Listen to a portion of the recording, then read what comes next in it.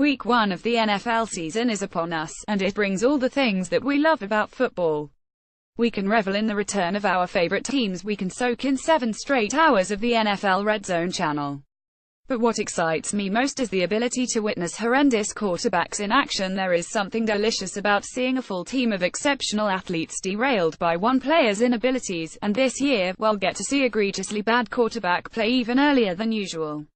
Normally, we have to wait until deep in the season before quarterback tomfoolery gets out of hand. But a few training camp injuries and poor roster management decisions have led to some awful Week 1 starters, and all of them are playing each other. That's right, 3 games threaten to contain 6 of the worst starting quarterbacks in the NFL. I don't care who wins these games, that would involve thinking about things other than bad quarterback play, and why would I ever want to do that? Instead, I'll go matchup by matchup and determine which team has the more tragic quarterback situation. Jared Goff, Rams vs. Scott Holtzian, Colts. Goff was the number 1 overall pick in the draft just over a year ago, and he still has plenty of time to grow as a player. But his last 14 months have been brutal. Last fall I wondered why the Rams were waiting so long to play Goff, and the answer was revealed when he took the field. He was painfully unready to be an NFL quarterback and became one of the worst rookie signal callers in recent memory. As Bleacher Report's Doug Farrar put it in his ranking of the NFL's 32 starting quarterbacks, the bottom 4 of whom will be in these 3 games, Goff struggled under pressure, with a clean pocket, and on plays ranging from simple screens to deep out patterns. So, basically everything. Maybe some of that was a byproduct of playing under noted mediocrity expert Jeff Fisher. Hopefully, he'll improve in 2017 under new offensive-minded head coach Sean McVay. For the Colts, Holtzian is starting because Andrew Luck is still recovering from January shoulder surgery. I'd elaborate more, but there's nothing to elaborate about.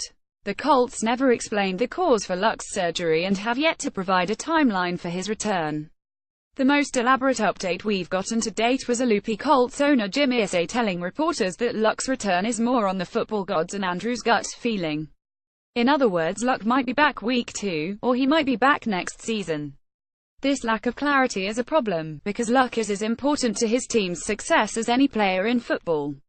Holtzian is virtually useless. The Colts scored 1 touchdown on 12 Holtzian drives in the preseason, and he's thrown 2 touchdowns against 7 interceptions in his career.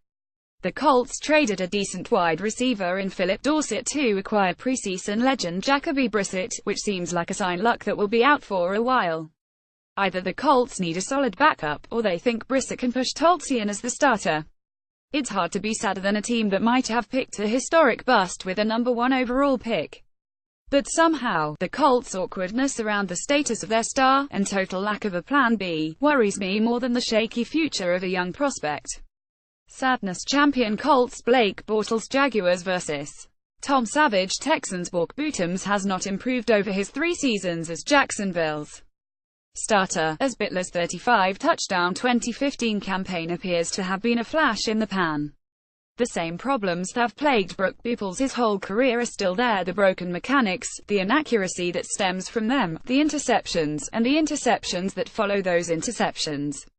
This preseason has been particularly humiliating for Brook Peoples. Bumples nearly lost his starting job to career backup Chad Henne and was not named a captain, as starting quarterbacks often are.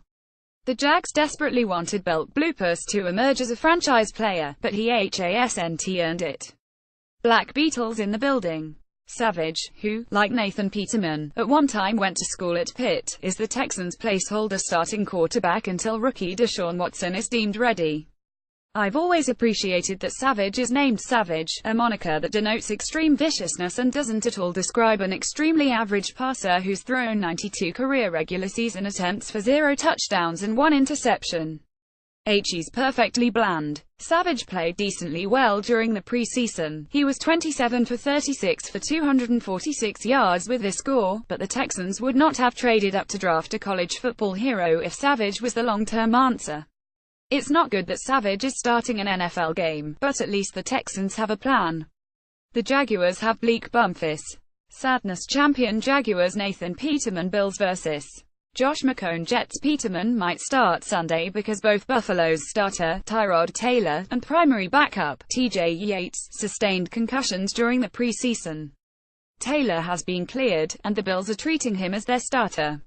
If Peterman starts in Week 1, the fifth-round pick will become the second lowest drafted player ever to start a season opener as a rookie quarterback. The lowest drafted player, Randy Hedberg, a former 8th-round pick whose 1977 Buccaneers did not score a touchdown while he played. It's not always that bad. Dak Prescott is second in this category. According to Peterman's NFL.com draft profile, the 6'2", 226-pound passer is a late-round developmental signal caller. The pivotal word there is developmental, meaning that he needs to develop. Peterman's regular NFL.com bio page currently lacks a photograph. The Bills brought in Keith Wenning in training camp to back up Peterman, but have since cut him and added part-time wide receiver Joe Webb to the roster. The Bills were struck by bad luck that turned a reasonable roster situation into a tricky one. The Jets, meanwhile, are voluntarily starting Josh McCown, a 38-year-old journeyman whose teams are 18-42 in his previous starts. It's telling that McCown has started in Week 1 only 4 times in his 14 NFL seasons. He's had one average campaign in his entire career, 2013, when he started 5 games for the Bears after Jay Cutler got injured. The Jets' other options are Bryce Petty, who threw 3 touchdowns against 7 interceptions last year and hurt his knee in the preseason, and Christian Hackenberg, who might not know how to play football.